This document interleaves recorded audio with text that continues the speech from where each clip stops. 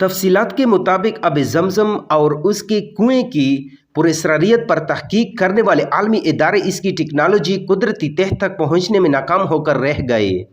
आलमी तहकीकी इदारे कई दहाइयों से इस बात का खोज लगाने में मसरूफ़ है कि अब ज़मज़म में पाई जाने वाले हवास की क्या वजूहात है और 1 मिनट में 720 लीटर जबकि 1 घंटे में 43,200 पानी फराहम करने वाले इस कुएं में पानी कहां से आ रहा है, जबकि मक्का शहर की ज़मीन में सैकड़ों फुट गहराई के बावजूद पानी मौजूद नहीं है।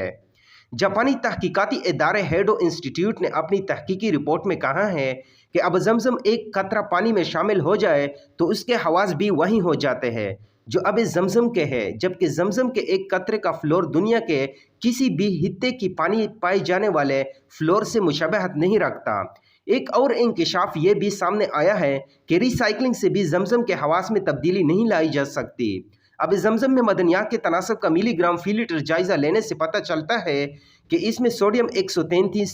Calcium 96, potassium 43.3, bicarbonate 195.4, chloride 163.3, fluoride 0.72, nitrate 124.8 और सल्फेट 124 मिलीग्राम फी लीटर मौजूद है। अब ज़मज़म के कुएं की मुकम्मल गहराई 99 फीट है और उसके चश्मों से कुएं की तह तक का फासला 17 मीटर है। वाज़ेह है कि दुनिया के तकरीबन तमाम कुओं में काई का जम जाना, अनवा अक़साम की जड़ी बूटियों और खुदरू पौधों का उग आना, नबाताती और हयातियाती अफज़ाइश या मुख्तलिफ अक़साम के हर्षात का पैदा हो जाना एक आम सी बात है जिससे पानी का रंग और जायका बदल जाता है। अल्लाह ताला का करिश्मा है कि इस कुएं में ना काई जमती है, ना नबाताती हयातियाती अफज़ाइश होती है, ना रंग तब्दील होता है और ना ही जायका।